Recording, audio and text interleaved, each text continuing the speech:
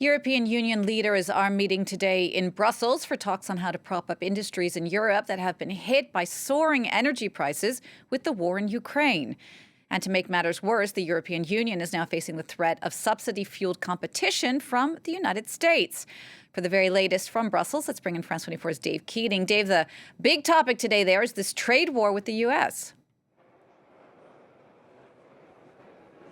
Yeah, indeed. They're going to be talking about possible retaliatory responses to that Inflation Reduction Act passed by the Biden administration, which Europe views as being protectionist, as offering subsidies for American companies containing Buy American clauses that they say disrupts the global level playing field. And so the ideas that they're discussing today is beyond challenging those U.S. actions in the WTO, that they would launch something similar of their own. So some kind of protectionist measure, changing state aid rules, or perhaps launching what's being called a European sovereignty fund. This would be another round of joint EU debt that would be used to fund European companies in a way that the IRA is doing for U.S. companies. Now, ahead of this meeting, Commission President Ursula von der Leyen floated four possible options.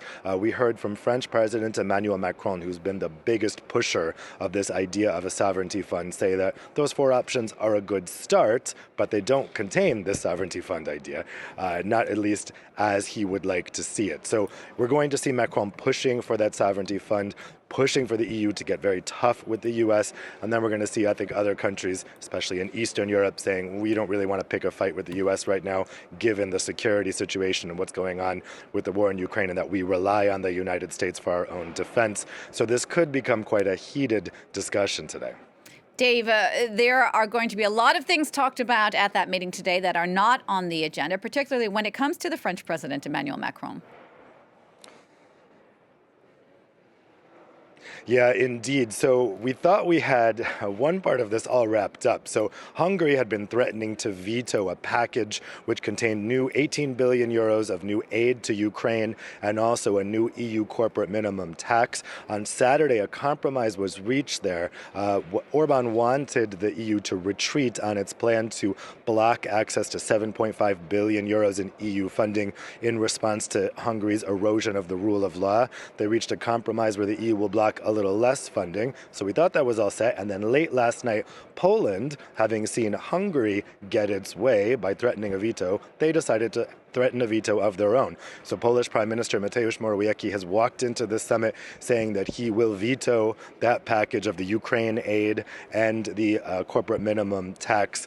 And the understanding is, unless the recovery funding that is being held from Poland right now, again because of Poland's rule of law violations, is released. So the Prime Minister is essentially holding Ukrainians hostage until he gets his way on that funding. Poland does have legitimate arguments against this corporate minimum tax. That's the main thing they want to talk about. But those arguments were settled a long time ago. So the main thinking here is the only reason to throw this spanner in the works at the last minute is because they want that recovery funding released. And then, of course, separately, there's Qatargate, the scandal around the suspected bribery of an MEP and other people working for the parliament by a Gulf state thought to be Qatar. The European Council is not supposed to discuss this. They're going to hear from European Parliament President Roberta Metsola shortly. And that'll be it. They really want to keep a distance from this scandal because it involves a different institution, the European Parliament. And talking to EU diplomats and council officials yesterday, they all told me this is a Parliament problem. It has nothing to do with us. And they told me they have no intention of reviewing the Council's transparency rules, which are basically nothing. The European Council, the Council of the EU, is the least transparent of all the EU institutions. And I think they'd like to keep it that way. Let's see if the pressure from Qatargate, though, is actually going to seep into this European Council today, despite the best efforts of the prime ministers and presidents gathered here.